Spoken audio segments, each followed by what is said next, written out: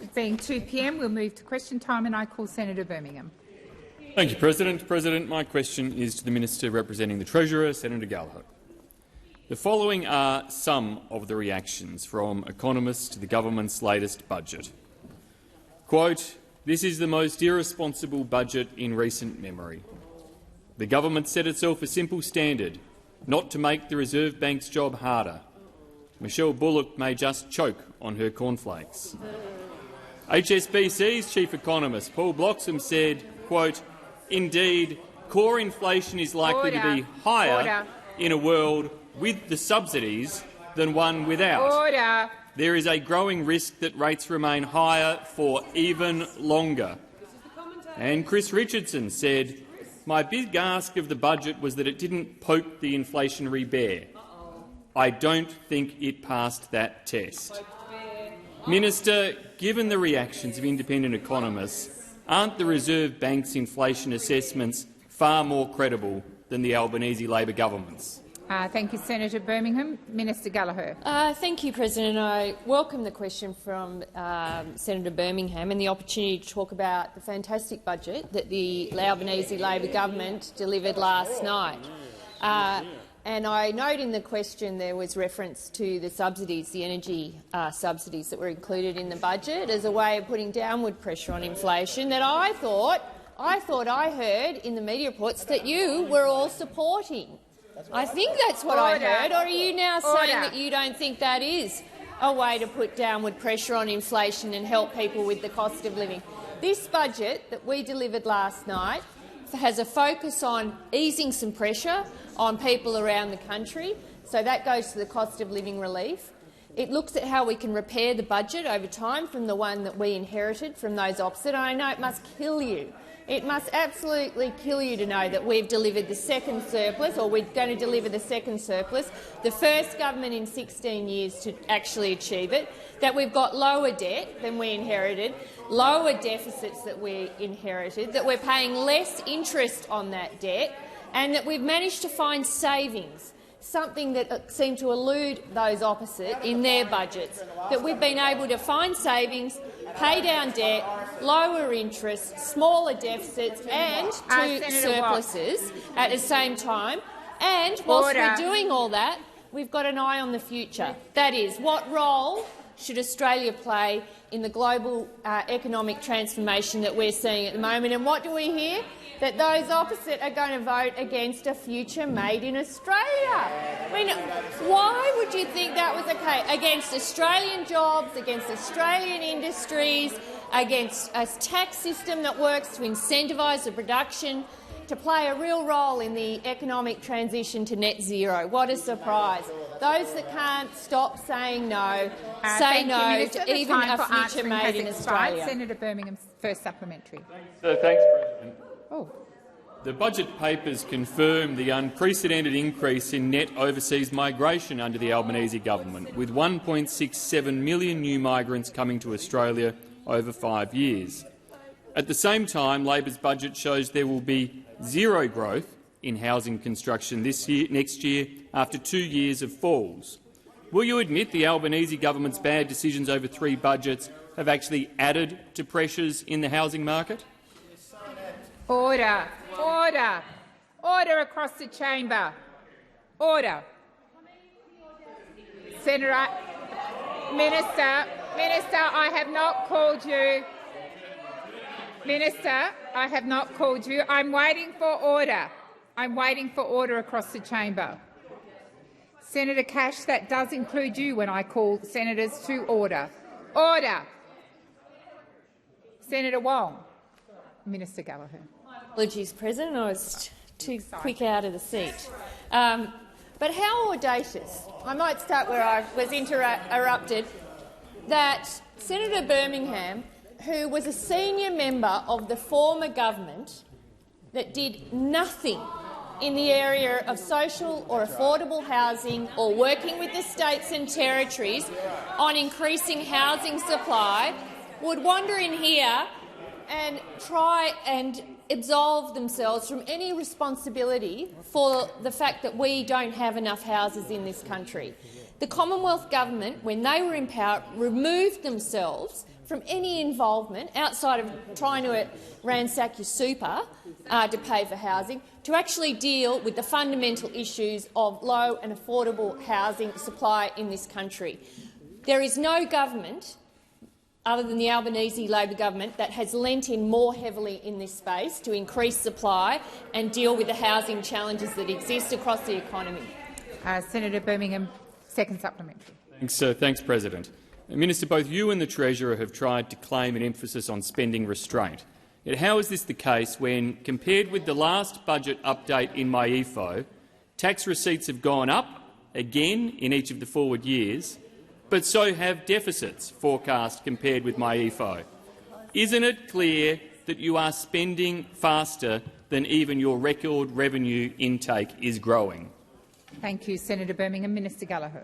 Thank you. And again, I think the Treasurer and I have been extremely honest about the pressures that are intensifying on the budget in those 5 key areas: NDIS, defence, health, aged care, and paying the interest bill on the $1 trillion of Liberal debt that we inherited when we came to government, which I might say this budget shows that we are paying $80 billion less interest costs on that debt because of the work we've put in to lowering the requirements for debt to fund the budget. And the second point I'd make is the fact that over the last 2 budgets, continued in this, we are cleaning up the mess of a former government that never budgeted in an honest and complete picture. So we have terminating measures. What about MyGov? Do you think MyGov is a program that only operates for 1 year or 2 years? Oh, well, that's how it was budgeted for. We are now providing that funding. 2/3 of the net spend in this budget is unavoidable spending, most of which we inherited from those opposite. Thank you, Minister. Senator O'Neill. Thank you very much, President. And my question is to the Minister for Finance, Senator Gallagher. In the Treasurer's budget speech last night, it was clear that the number one priority of the government and the budget is helping Australians with the cost of living, while also laying the foundations for future prosperity with a future made in Australia. Can the minister update the Senate on how the budget delivers for every Australian? Thank you, Senator O'Neill. Minister Gallagher. Thank you, President. I thank Senator O'Neill for that question and for the focus on the budget, and indeed on behalf of the constituency she represents in the beautiful state of New South Wales. The budget that the Treasurer handed down last night does deliver for every Australian, as Senator O'Neill pointed out in her question, from a government that is working for all Australians. A tax cut for every Australian taxpayer from the 1st of July 2024, and a further package of cost of living relief, including $300 energy bill relief for every household, and a little bit more than that, $325 for eligible small businesses. The budget will see us invest in more homes in every state and territory across Australia.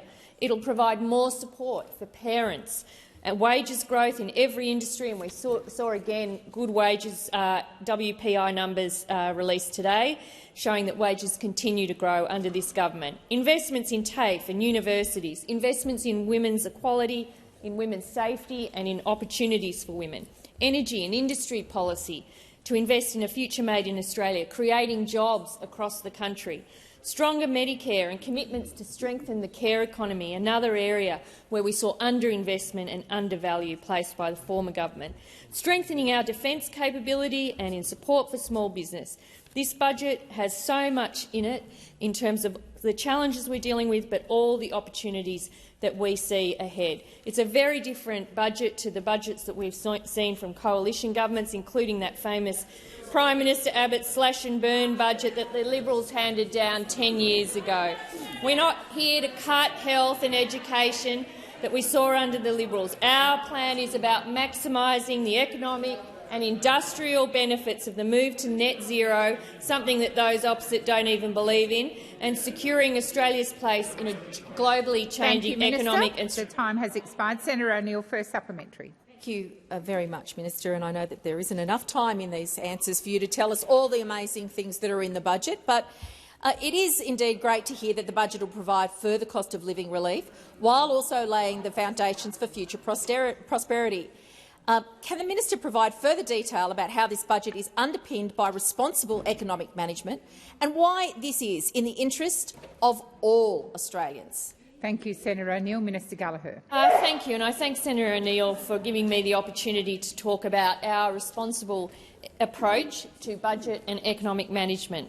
This budget strikes the right balance between keeping pressure off inflation and delivering cost of living relief at the same time, whilst keeping an eye on the future and the future growth opportunities, and at the same time strengthening public finances. The improvements in the budget that have occurred since we took office is a result of our decision-making and our focus on being fiscally responsible. After delivering the first surplus in 15 years, we're projecting the first back-to-back surpluses in nearly 2 decades. We're expecting a stronger fiscal outcome in every year compared to when we came to government, saving around $80 billion in interest costs over the decade. We've found $77 billion in savings and reprioritisation since coming to government. We're banking 96% of the revenue upgrades this year, keeping pressure off inflation while it's above band. And we're doing this while we're spending on unavoidable— Senator O'Neill, second supplementary. Thank you very much, Minister. With the nation's books in good shape, Minister, can you please outline how last night's budget will directly reduce inflation and build on the government's existing policies, which are easing cost of living pressures for Australians? Thank you, Senator O'Neill. Minister Gallagher. Thank you. This government's budget is an inflation-fighting and future-making budget that strikes the right balance, one that is fit for the times. It's putting downward pressure on inflation, not upward pressure. The targeted cost of living measures announced in the budget are expected to reduce inflation, with energy bill relief and Commonwealth rent assistance expected to directly reduce inflation by 0.5 percentage point in 24-25. This is on top of the government's existing inflation-fighting investments, policies opposed by those opposite, the existing energy bill price relief, the cheaper childcare, the boost to Commonwealth rent assistance are expected to take 0.75% off inflation in the 23-24 fiscal year. Treasury is now forecasting that we could now see headline inflation return to the target band by the end of 2024, slightly earlier than was expected at MyEFO. Thank you, Minister. Senator Hume. Thank you, Madam President. My question is for the Minister representing the Treasurer, Senator Gallagher. In these uncertain economic times, Australians needed a budget that restored their standard of living, that restored prosperity and created opportunity, and restored budget discipline and honesty. Instead, Australians got a budget that will leave interest rates higher for longer, costing mortgage holders and renters thousands of dollars. Labor came to government promising that Australians would be better off. They said you would feel a change of government in your pocket. But isn't it true that after 2 years and 3 Labor budgets, real wages have gone backwards by 7.5% and the average Australian household with a mortgage is $35,000 worse off? Thank you, Senator Hume. Minister Gallagher. Thank you. Well, what the Australian people have got with the election of an Albanese Labor government is a government that's directly focused on cost of living pressures for them, but also is dealing with the challenges that were ignored by those opposite for a decade. So we're dealing with issues like housing, we're dealing with energy policy, we're dealing with the net zero transformation, and at the same time we're doing all of that, something that those opposite couldn't even reach agreement with themselves, let alone lead a policy discussion across the country. While we're doing all of that, we're investing in the care economy, we're investing in universities and future of skills, we're investing in women. Remember that little problem? Remember that problem where women felt completely abandoned by the former government? We're dealing with issues like that.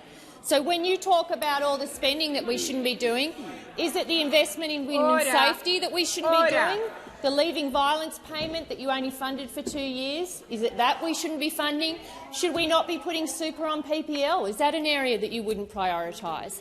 We are building in substantial support for people not only so that the system's in their pockets, but that it sends a message about the value, in this case, of women and their women's economic security and the drive for equality across the economy. So we are doing a lot of things. We're addressing long-term challenges, we're dealing with short-term cost of living pressures, and we're laying down the foundations for future growth. And that is what the Australian people expect their government to do.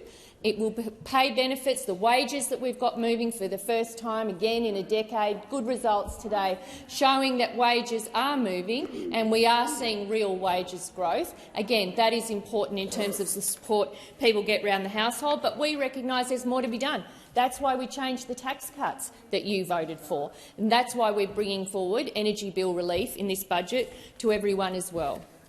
Thank you, Minister. Senator Hume, first supplementary. Thank you, Madam President. After the budget, independent economist Chris Richardson said, "My big ask of the budget was that it didn't poke the inflationary bear. I don't think it passed that test. The government said it would be careful not to front-load its new costs, but that's exactly what it did, and its new dollars are both big and fast." Why is this government spending an additional $315 billion instead of reining in spending to actually address its homegrown inflation and deliver real cost of living relief to ordinary Australians? Minister Gallagher. Thank you, President. And look, I just want to take up Senator Hume on her using a new figure, I think, which is now over $300 billion. So in that, Senator Hume, are you no longer going to index the age pension? Is that what you're not going to do? You're not going to index job seeker? You're not going to pay veterans the compensation they need?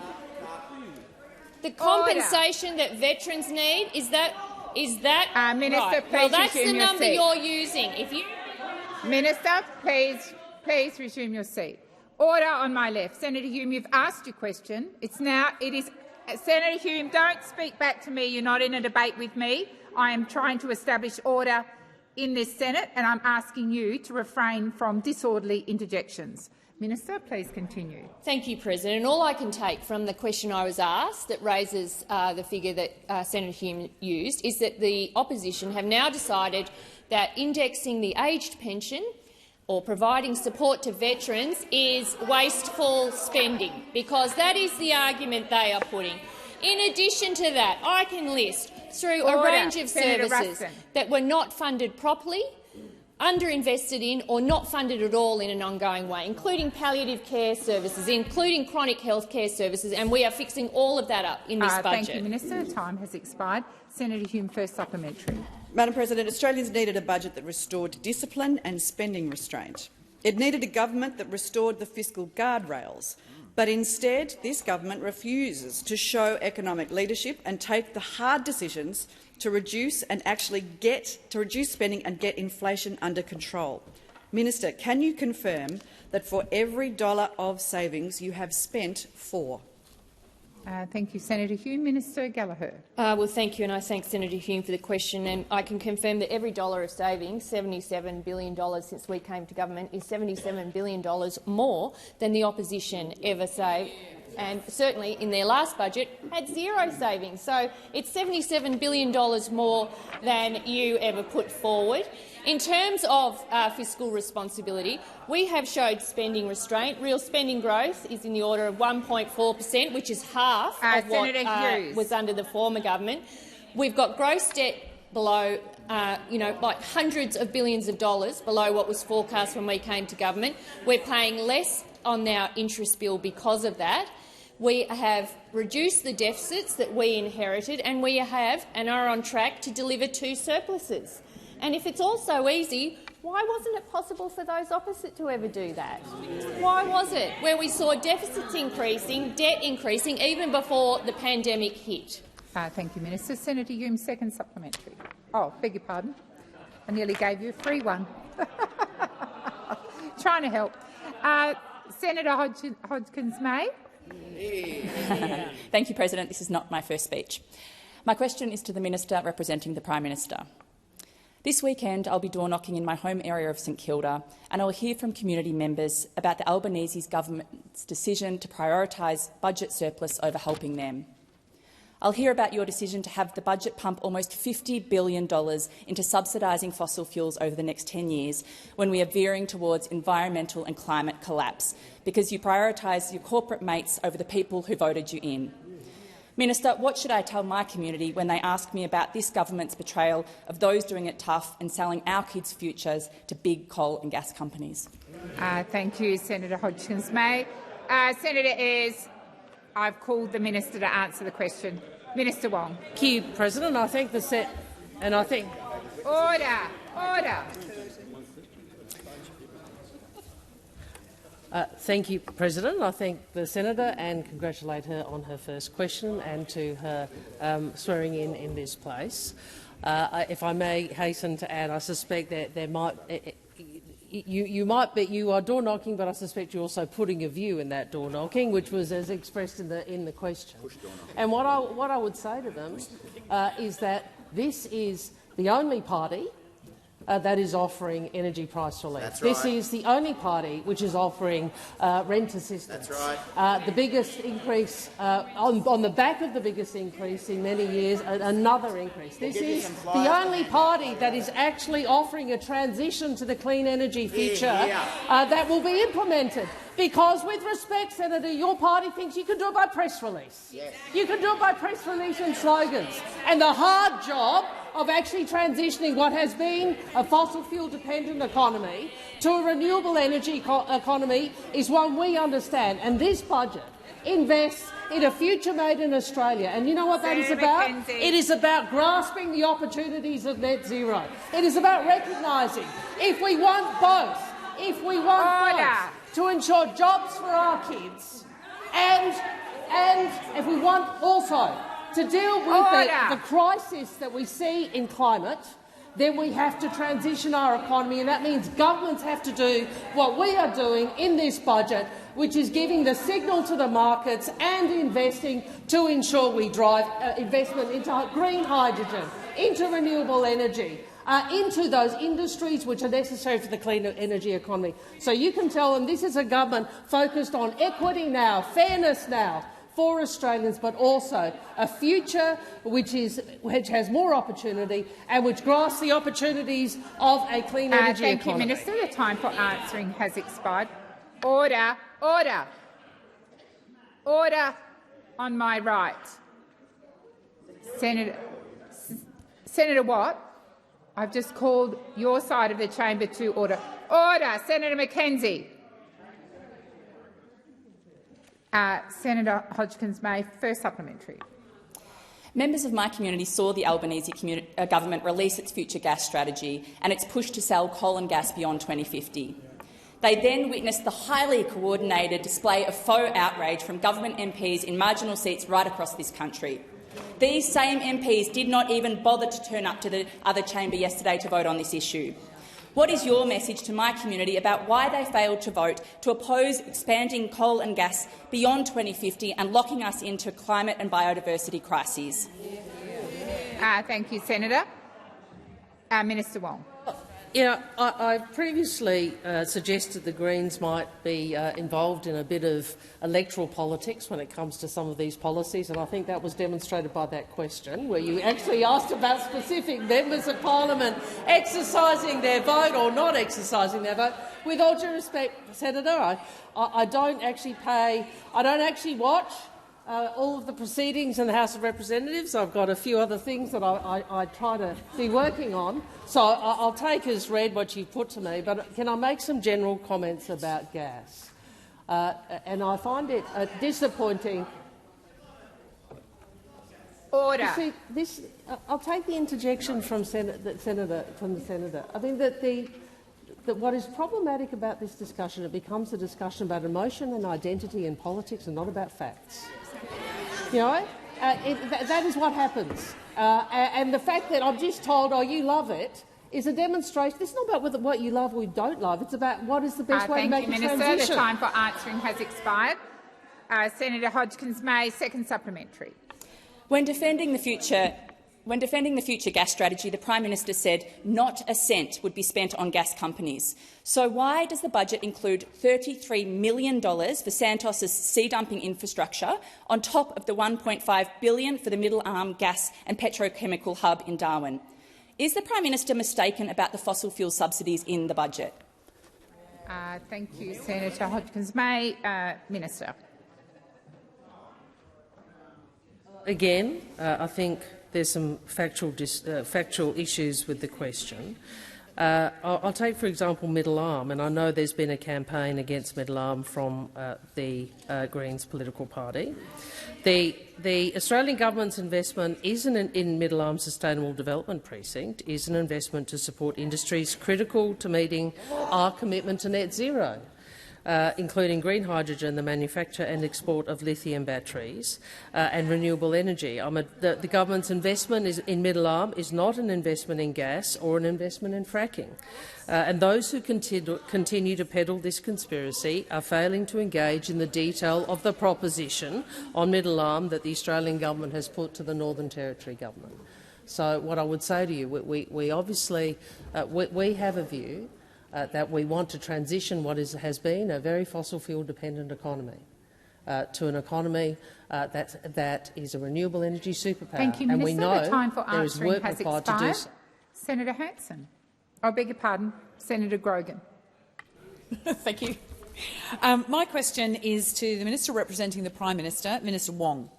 Given that helping Australians with the cost of living is our government's #1 priority, can the Minister please inform the Senate how the Albanese Labor government's budget delivers for all Australians? And can the Minister please provide some details on one of my favourite measures, which is the cut for every taxpayer, and any other measures, key measures within that? And as well, could you please touch on the energy bill relief for every household, less student debt and an increase to rent assistance for nearly 1 million households? Thank you, Senator Grogan. Minister Wong. Thank you, President. Thank you to Senator Grogan from the fantastic state of South Australia, and thank you for having such a close interest in the budget measures. And of course, as the Treasurer and Finance Minister and Prime Minister have made clear, our first priority in this budget was to deal with cost of living pressures, and to do so in a way that didn't add to inflation, at the same time as charting a course for the future. But in relation to cost of living, because of course we understand the extent to which Australians are doing it tough, and it is so important for this government to do all we can in a responsible way to assist with the cost of living. It's our greatest. It's the big challenge, not just here, but in every household in Australia. So, how is our budget helping? Well, the first is tax cuts. Tax cuts for every Australian. Tax cuts for every Australian that are geared far more to those on middle incomes and lower incomes, and far less to high-income Australians than was proposed by those opposite. So these are tax cuts which deliver to 1.36 million taxpayers, 13.6 million taxpayers across the country. Then, of course, there is electricity relief, electricity bill relief for every household. For every household. We understand that energy prices mean that people are doing it tough, and we are in this budget, a centrepiece of the budget is a $300 rebate for every Australian household. Of Australia's 13.6 million taxpayers, everyone will get a tax cut. Average tax cut of $1,888. On top of that, as I said, a $300 electricity bill rebate and $325 for eligible small businesses. And this extends and expands the energy bill relief rolled out last year. And on top of that, of course, is 10% increase to Commonwealth rent assistance. The time for answering has expired. Senator Grogan, first supplementary. Thank you, and thank you, Minister. That was a great response. In my home state of South Australia, many of the people I speak to want affordable housing, and I'm sure that's the case across the country. Can the Minister please tell the Senate what the Albanese Labor government budget will do for people who want to buy a home and for people who are renting, and more broadly, what the government is doing to deliver more homes for more home buyers and renters? Minister. Thank you, Senator Grogan. And I know from not only your priorities in the parliament, but also your work outside of the parliament before you were sworn in this place, that you understand deeply the importance of housing supply and of social and affordable housing. And unfortunately, as Senator Gallagher said, we have had 10 years of neglect from the other side. Actually, it was more than neglect, President. It was an active decision not to take any responsibility for housing supply. And now they come in here and have a go and say, oh, well, where's the housing supply, as if the last 10 years of vacating this policy area can be hidden. The budget includes $6.2 billion in new investment to build more homes quickly, bringing the government's new housing initiatives to $32 billion. $32 billion for more social and affordable housing, for more infrastructure and the removal of red tape, Thank you, Minister. and for better transport and increased student housing. Senator Grogan, second supplementary. Thank you, President. Can the minister now please explain how the spending in this budget is responsible and carefully calibrated so that it can deliver responsible cost of living relief and ease pressures now without adding to inflation? Minister Wong.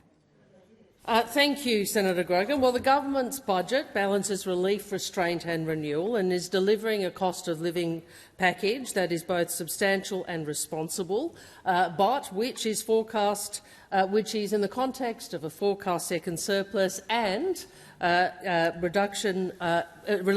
inflation returning to the band during the calendar year under the Treasury's estimates. But I would make this point. We've heard a lot from those opposite in this question time and in response to the budget about why we need more spending restraint. Why we need more spending restraint? Why too much is being spent? Well, tomorrow night is Mr Dutton's third budget reply. His third budget reply. So far, it has been all negativity and no plans. Well, that dance is going to have to come to an end. That is going to have to come to an end. At some point, you're going to have to front up and tell people what you're going to cut. Minister Wong, are you going to do it tomorrow night? Minister Wong, thank you. The time has expired. Senator Hanson. Thank you very much. My question is to the Minister for Foreign Affairs, Senator Wong. Considering Gaza has been effectively controlled by a genocidal terrorist group which invaded Israel and murdered more than 1,200 innocent people last year, how is Australia's support for Palestine's membership of the United Nations compatible with Article 2, Part 3 of the United Nations Charter that states all members shall settle their international disputes by peaceful means in such a manner that international peace and security and justice are not endangered, and Part 4, all members shall refrain in their international relations from the threat or use of force against the territorial integrity or political independence of any state. So please explain. Thank you, Senator Hanson. Minister Wong. Thank you, President. I thank Senator Hanson for the question, and I would make the point to her first that all of us unequivocally, well, certainly the government, unequivocally condemns the actions of Hamas. I have said publicly on many occasions Hamas is a terrorist group. Hamas is dedicated to the destruction of the State of Israel and to the destruction of the Jewish people. Hamas has no place in the future governance of a Palestinian state, and we have called consistently for Hamas to release hostages. The resolution that you are referencing was a resolution supported by some 143 countries, which was fundamentally about how the world was trying to overcome the cycle of violence in the Middle East and create momentum for a two-state solution. I want to make this very clear, Senator Hanson. Hamas does not support a two-state solution. Hamas supports the destruction of the State of Israel. That is clear. So a support for a two-state solution, and people might have different views about whether we should have, but it is wrong to say that voting for a resolution that supports a two-state solution is somehow supportive of Hamas. It is contrary to their views. And I believe, after having visited the Middle East and engaging both with Israelis and Arab leaders, that the only pathway to security for Israel, long-term security for the State of Israel, as well as for the Palestinian people, the only path ultimately to ending the cycle of violence which has dogged so much of our lives and has worsened post the atrocities of October 7th and the events since then, is to work towards that two-state solution. And that is the spirit in which we supported a resolution which extended more rights as an observer. The time for answering has expired. Senator Hanson, first supplementary. Sorry, Minister, you didn't answer the question at all and you avoided it. If this so-called Palestinian state chooses a Hamas terrorist to represent it at the UN, will your government continue to support its membership? Thank you, Senator Hanson. Minister Wong. First, if I may, Senator Hanson, the resolution extended additional rights as an observer. Membership of the United Nations General Assembly can only be granted by the UN Security Council, and the resolution was negotiated through the week to reflect those provisions of the UN Charter, which is the power of the UN Security Council to grant membership. So what we did support was additional rights. In relation to the question about who represents the Palestinian mission, it is the Palestinian Authority at the United Nations. Thank you, Minister. Senator Hanson, second supplementary. Okay, Minister, you never even touched on answering my question at all. We'll try for a third one. An editorial in the Australian newspaper 2 days ago reported Hamas has welcomed the resolution that your government supported in the UN last week. Would you please explain to the Australian people why your government has done the bidding of terrorists who have committed the greatest atrocity against Jewish people since the Holocaust? Thank you, Senator Hanson. Minister Wong. I don't agree with your assertions, Senator Hanson, and I don't propose to repeat them, but I don't agree with them. I've explained to you that a vote for two states is not a vote for Hamas. In fact, it is precisely the opposite of what Hamas wants. And I would make the point, that they have made clear their intent. What we have to do as an international community is to look at how we might bring momentum to security for both Israelis and Palestinians. That is what we are doing. And I appreciate you don't agree with it, Senator Hanson, but that is our motivation.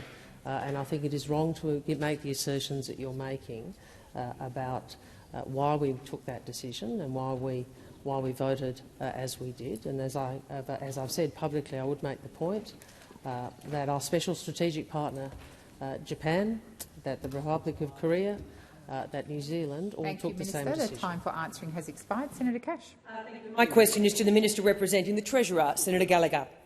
Can the Minister confirm that a multimillionaire with a main residence and 2 holiday houses will receive the $300 energy rebate announced in last night's budget for each of their properties for a total of $900? Why is the government prioritising energy rebates to those with multiple properties instead of Australian families who are doing it tough right now under Labor? Thank you, Senator Cash. Minister Gallagher.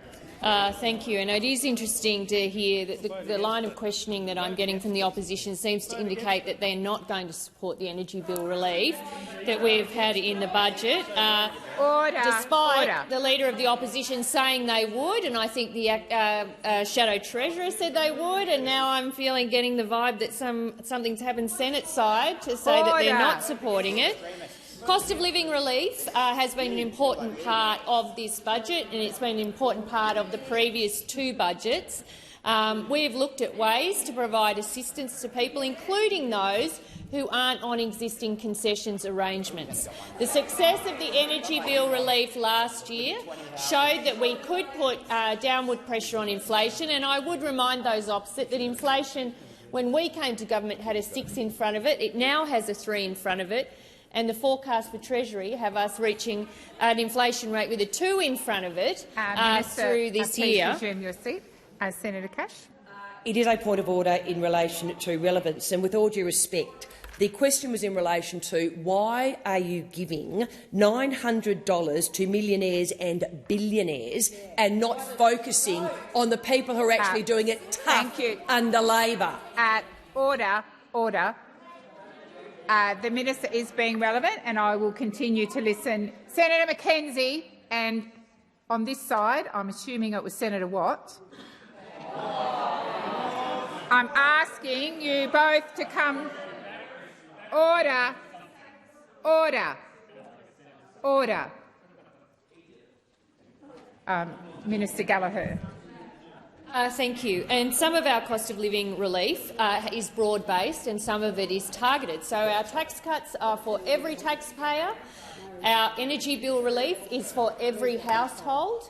Our focus has been on people who are doing it tough, particularly those on concessions, and that's why you see with medicines and rent assistance that particularly targets those households. But the most efficient and effective way to deliver energy bill relief above the concessions threshold for a short period of time over the next calendar year is to apply it to every household. Now, our focus is on those households that are on the concessions, fixed incomes, and those of Middle Australia. We make no secret of that. But the most efficient and effective way to deliver this program through the states and territories and through electricity retailers is to make the program broad-based, and every household will receive that assistance, and it recognises the cost of living pressures are up and down the income threshold. Senator Cash, first supplementary. And can the minister guarantee that the energy costs of Australians will actually be lower next year, and that the $300 rebate will not simply be used to offset another increase in energy prices, increases that are now the hallmark of the Albanese government? Thank you, Senator Cash. Minister Gallagher. Thank you. And I would remind Senator Cash that when they voted against energy bill relief in the last budget, electricity prices without that relief would have been 15%, and with the relief they were 2%. So I would just remind those opposite, when they voted against energy bill relief in the last budget, you voted for higher power prices. You are now indicating to me, through your line of questioning, that you don't support energy bill relief to every household in Australia, so that you therefore— Order on my left, particularly Senator Cash and Senator McGrath, who I called. Minister, please continue. Thank you. And we are providing short-term relief for those energy increases that we've seen. And, I mean, again, the amnesia that is taking hold over there.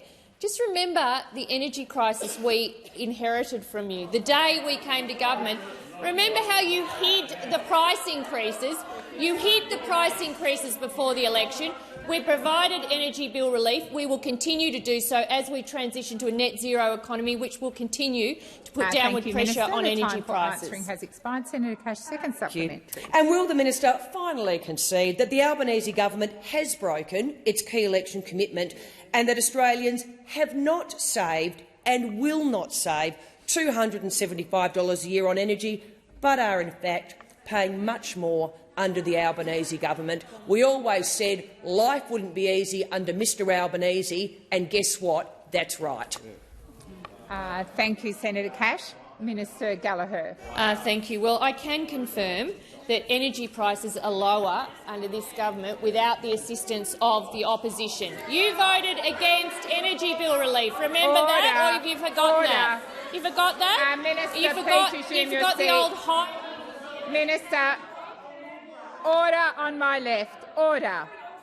Senator Cash, I've called order. That applies to you. I should not have to name you.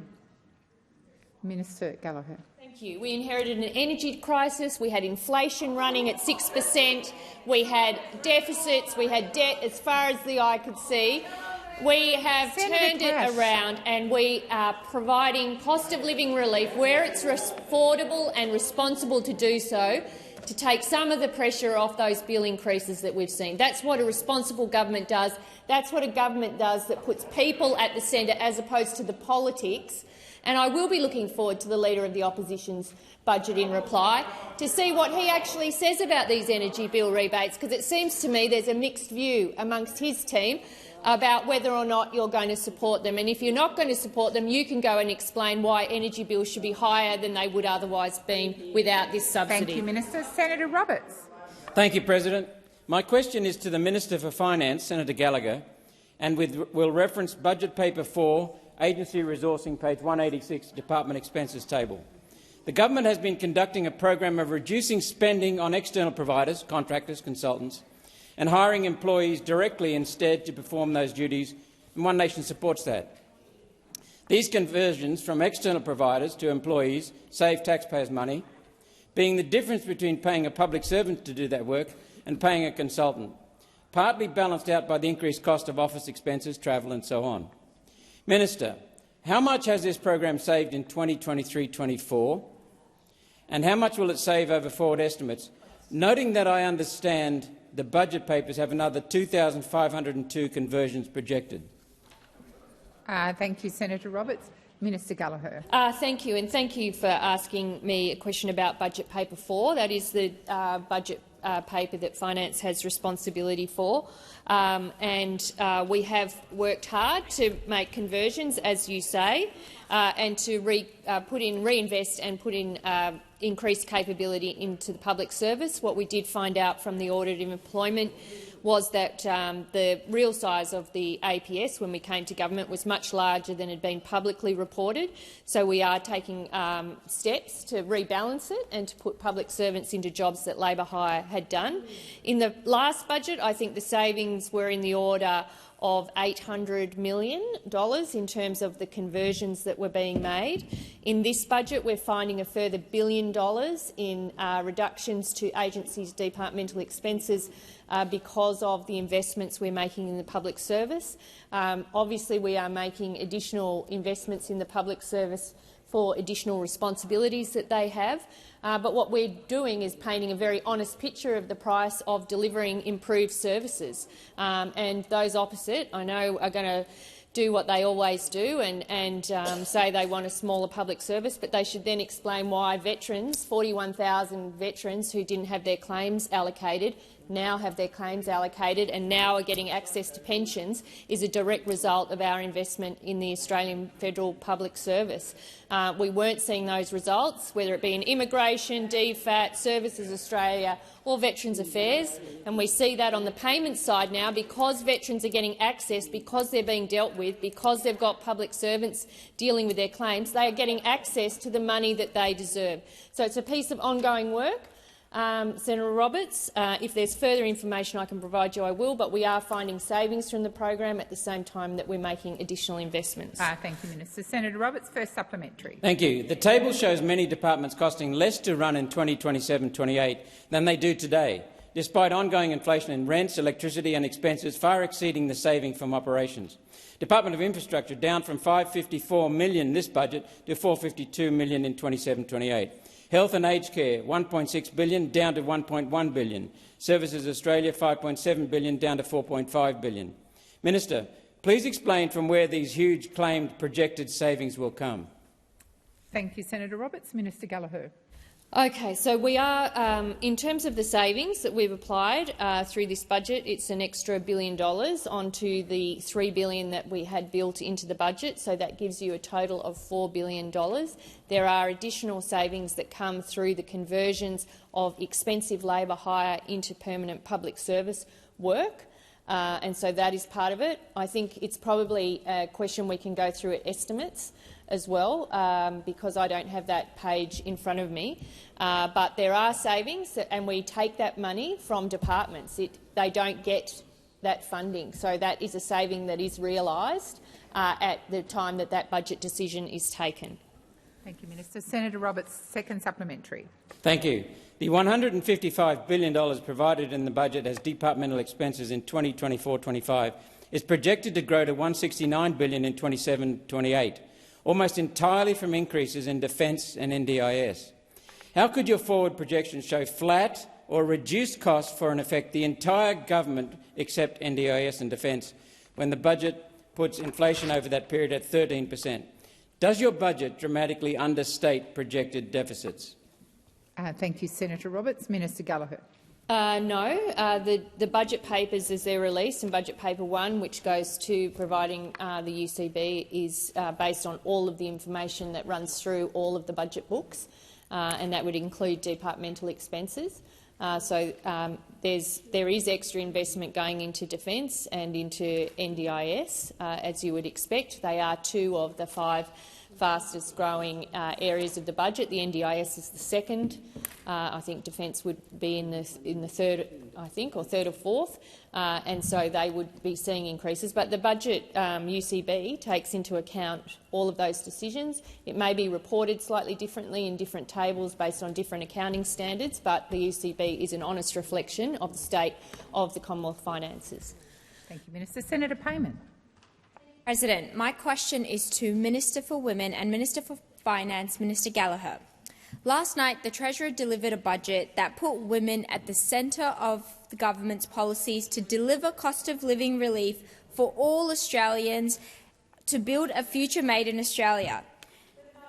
As Minister for Women and Minister for Finance, you were central to the development of these policies. Can you please outline why the Albanese Labor government believes prioritising women is good policy, and explain how the government has supported women's economic security and assisted them in managing the cost of living? Minister Gallagher. Thank Senator you. McKenzie. Thank you, President, and I thank Senator Payman for the question and for all the work she does supporting women, particularly women in WA and particularly young women, with all of her hard work that she does. We've made it clear that since day one, women's safety and women's economic equality and women's equality more generally was at the centre of this government's thinking and our decision-making. In relation to women's safety, there is additional investments towards funding the national plan, including the Leaving Violence payment, and some smaller investments into looking at preventing violence. We're building on the 10 days paid domestic and family leave, and we're implementing all the recommendations of the Respect at Work. In relation to housing for safety, there's some important announcements in the budget for new investments directed to housing for women and children who are leaving domestic violence and for young people. And, of course, some of the national agreements that we've been making with the states in housing will have an impact there. Of course, our tax cuts will benefit every woman taxpayer, with 90% of women better off. And women, unsurprisingly, are the largest group in receiving Commonwealth rent assistance, and so they will benefit for those additional investments as well.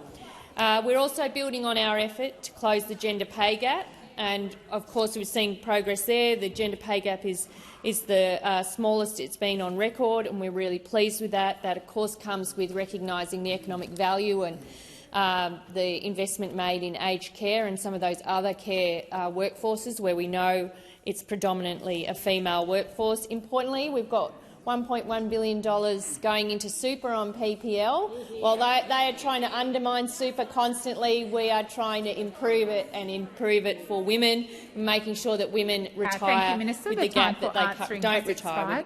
Senator Payman, first supplementary. Thank you, President. Clearly, those opposite are not interested in women's policies. Women's safety has been a key focus for the Albanese Labor government, and support for women's economic security is also critical for women's safety. Can the minister please outline how the Albanese Labor government has supported these issues since coming to government, as well as in the last night's budget? Thank you, Senator Payman. Minister Gallagher.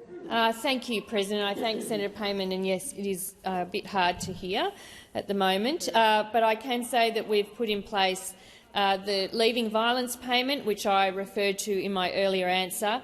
Also, importantly, some indexation, appropriate indexation of the National Legal Assistance Partnership as we consider, and the Family Violence Prevention Legal Services as we consider the review and the report that's been done. That's urgent funding because those roles were not indexed properly, surprise, surprise, under the former government in the Legal Assistance Partnership. Some extra money to establish a National Student Ombudsman to help eradicate gender-based violence from universities. Some funding to establish a National Higher Education Code to prevent and respond to gender-based violence. We've got some investments in providing policy advice to government to prevent gender-based violence, particularly as it relates to research in perpetration. And we've got targeted investments to support refugee and migrant women, First Nations family dispute resolution pilot. Has expired. Senator Payman, second supplementary. Thank you, President. As with every Albanese budget, last night's budget was accompanied by the Women's Budget Statement. Can the minister outline why the Women's Budget Statement is an important tool for policy making, and could you please highlight the key elements of the statement this year? Thank you, Senator Payman. Minister Gallagher. Thank you, and thank you, Senator Payman. And as we know, this is something that we have reintroduced, the comprehensive Women's Budget Statement, to show and detail all of the policy decisions as they relate to women, but also I think gives those who are interested in women's policy all of the matters in the budget in one place. So the Women's Budget Statements certainly provide a lot of detail about their safety, women's safety, and the work that's underway and the investments that are made, but also goes through the paid and unpaid economy, so looking at how we can pay for prac placements for nurses, teachers, social work students, extra investment for aged care workers. We've got our early childhood education and care workers who are looking to their decision from the Fair Work Commission relatively soon. We've made some changes to the carers payment. We're making some investments to young parents and dads to build up parenting skills. So this is a very comprehensive analysis of what's in the budget. We take women's policy seriously under this government. Senator Davey. Thank you very much. My question is for the Minister representing the Treasurer, Senator Gallagher. After 3 budgets, Labor has added $315 billion of spending, adding fuel to the inflationary fire. Analysis by Deloitte says the result is a relatively large increase in government spending over the next 4 years, potentially putting further upward pressure on inflation. Ratings agencies Standard & Poor's have confirmed that results of this year's budget is almost no chance of an interest rate cut for struggling families this year. Will the minister admit that Australian families face higher interest rates for longer because of Labor's bad decisions and the wrong priorities? Thank you, Senator Davey. Minister Gallagher. Well, no, I completely reject that question that's been put. I would remind those opposite that inflation had a 6 in front of it when we came to government. It now has a 3 in front of it. It's been moderating. The highest quarter of inflation happened on your watch. The first interest rate increase happened on your watch. This is the budget and the economy that we inherit. Minister, please resume your seat. Order across the chamber, but particularly on my left. Minister Gallagher.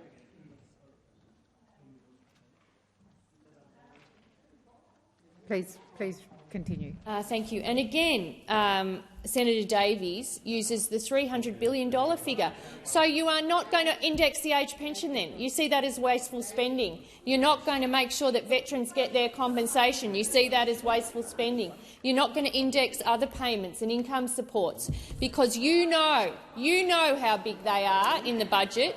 So you go out and you try and incorrectly accuse us of allocating new spending in that area when you know exactly what that means. So if Mr Dutton uses that figure tomorrow night, we know that you are not going to index aged pensions, and we will be making it clear to every aged pensioner that you see that. Well, be accountable for the figures you use, Senator Birmingham. If you're going to use that figure, that is clear that you do not support indexation of payments. Inflation is moderating. Real spending growth is half of what it was under you. We have lower debt. Our interest on our debt is lower. We've had a surplus and we are shooting for a second. All of that shows exactly how responsible we've been with the budget, how we've showed restraint, but how we've also been able to find room for priorities. I know you don't support them all, but priorities that we believe are the right decisions for people's cost of living pressures right now and to put down the foundations for future growth into the future. Just a moment, Senator Davey. Senator McKenzie, I have constantly had to call you to order for the last hour. You are being incredibly disrespectful. I'm going to ask you for the remaining 2 questions to sit in silence. Senator Davey, first supplementary. Alan Kohler has written in the New Daily that, and I quote, "The budget brought down on Tuesday is worth 2 more rate hikes," end quote. At the very least, interest rates will be higher for longer due to Labor spending. So, Minister, why are Australian families paying the price for the Albanese government's weak economic leadership? Senator Green. Just to order on my right. Senator Chisholm. Minister Gallagher. Thank you, President. Well, the position that Mr Kohler puts and supported presumably by Senator Davies is not the advice to government, and you've seen that reflected in the budget papers, in the Treasury advice on the forecast for CPI, on what they expect. They make a forecast or assumption about what the cash rate will be. On all of the advice to government, that does not support the argument that Senator Davies is putting. We have been very restrained with our spending. We have been cleaning up the mess, dealing with terminating measures, paying down debt, delivering surpluses, restraining real spending growth, saying no to more things than we say yes to in this budget. And what we've tried to do is find a balance between short-term cost of living relief that doesn't add to inflation. In fact, it puts downward pressure on inflation, knocks off half a percentage point, and at the same time, looking forward as growth slows because of those interest rate increases and global challenges, how we drive future economic prosperity. Has expired. Senator Davies, second supplementary. So under Labor's budget, to date, the typical Australian household with a mortgage is already more than $35,000 a year worse off. Now Mr Albanese wants to spend $13.7 billion on tax credits for billionaires at a time when ordinary Australians are struggling. So how much worse off will Australian households be if underlying inflation and interest rates stay higher for longer under Labor? Thank you, Senator Davies. Minister Gallagher. Well, what the government is doing is making sure that we're providing cost of living relief where we can, where it's affordable and responsible to do so. We've got wages moving again to provide support for incomes, household incomes, so that they get the appropriate wage increases that they were denied under 10 years of wage stagnation, and a deliberate design feature of the former government. In relation to the production tax credits, again, that you raised at the second half of your question, it's interesting but not surprising to see that the opposition, who say no to everything, are still in denial about the transition that's happening around us, the net zero transition that's happening globally. You still haven't reconciled that, and that you're now saying no to future economic prosperity for this country. That's what you're saying when you're dressing it up like that. We don't agree. It's obviously a fundamental difference. You want to vote against a future made in Australia. We want to support and build a future made in Australia. Senator Polley. My question is to the Minister for Trade and Tourism, Senator Farrell.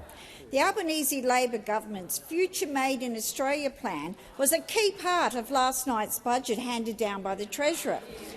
I refer to comments made last night by the Treasurer where he said, and I quote, "Our $22.7 billion Future Made in Australia package will help make us an indispensable part of the global economy." Could the minister please outline a Future Made in Australia, what it will create in way of more trade opportunities, more jobs for Australians, and help ease the cost of living pressures for Australian households? Minister Farrell. Thank you, President, and can I thank Senator Polley for her questions. Her questions are always excellent questions, and I know she's very much interested in a future made in Australia, as is the Albanese government. And our plan is about maximising the industrial benefits for Australia as we move to net zero, while securing our place in the new global economy. Our government's $22.7 billion Future Made in Australia package is all about promoting growth of new export industries by leveraging our world-class resources and advantages in renewable energy. Because, President, the transition to a renewable economy means more well-paid, secure jobs in the energy sector. It means Australian workers can power the nation while helping meeting our commitments to net zero. We will continue working with our trading partners to ensure that we remain an indispensable part of the global economy by building new clean energy industries and supply chains. In renewable hydrogen, green metals, batteries and critical minerals processing, just to name a few. We've committed $520 million to deepen trade in net zero industries through stronger engagement in our region to help us become a renewable energy superpower. And we'll launch new efforts to improve our competitiveness on the world stage by working with trade partners to support global rules on unfair trade practices and negotiate benchmarks to boost trade in our critical minerals. Because this government, the Albanese government, knows that a future made in Australia will create more trade opportunities with our partners, and more trade means more jobs and higher wages for Australian workers. Senator Polley, first supplementary. Thank you, Minister, for that informative answer. I apologise for those opposite who aren't obviously listening. But last night, the Treasurer also spoke about how the budget will help Australia seize the opportunities presented. Keep going, Senator Polley. Last night, the Treasurer also spoke about how the budget will help Australia seize the opportunities presented by the transition to net zero. Could you, Minister, outline how the government's Future Made in Australia plan will attract more productivity, foreign investment in Australia? Thank you, Senator Polley. The time for answering has expired. Minister Farrell. Thank you, President. And yes, I can answer that question, Senator Polley. The government welcomes foreign investment, especially in renewable energy. Our Future Made in Australia plan involves creating a new front door for foreign investors with major transformational investment proposals, making it even easier to invest here in Australia. We're also delivering important changes to streamline and strengthen Australia's foreign investment framework. These changes deliver a stronger, faster and more transparent approach to foreign investment, helping attract the game-changing projects, jobs and capabilities that we need to build a future made in Australia. Attracting investment is also an important part of our ambition to become a renewable energy superpower. More investment in renewable projects means more national income and more well-paying local jobs for Australian workers. Thank you, Minister. Senator Polley, second supplementary. Thank you, President. Can the minister also explain to the Senate how the Future Made in Australia package will help Australia move up global supply chains to contribute to creating more value-added, diverse, resilient and sustainable industries here in Australia, and particularly in my home state of Tasmania? Thank you, Senator Polley. Minister Farrell. Thank you, President. And yes, I can, Senator Polley, because the Future Made in Australia package will help build a stronger, more diversified and more resilient Australian economy powered by clean energy. The package will give our country and workers a leg up in industries where we have a comparative advantage, while also supporting our goals of decarbonisation and supply chain resilience. For example, the new critical minerals tax production credit will move us up the global value chain while incentivising more investment in critical imports to solar panels, batteries and high-tech manufacturing. Peter Dutton, on the other hand, thinks there's no— he thinks— Peter Dutton thinks there's no point. Minister Farrell, please refer to those in the other place by their correct titles. The Leader of the Opposition— The Leader of the Opposition thinks there's no point investing in a future made in Australia. Thank you, Minister. The time for answering has expired. The Leader gets preference. Senator Mackenzie. I like to keep people, engaged. Unexpectedness is a good thing. I ask that for the questions we placed on notice. No. Actually, I did think about it.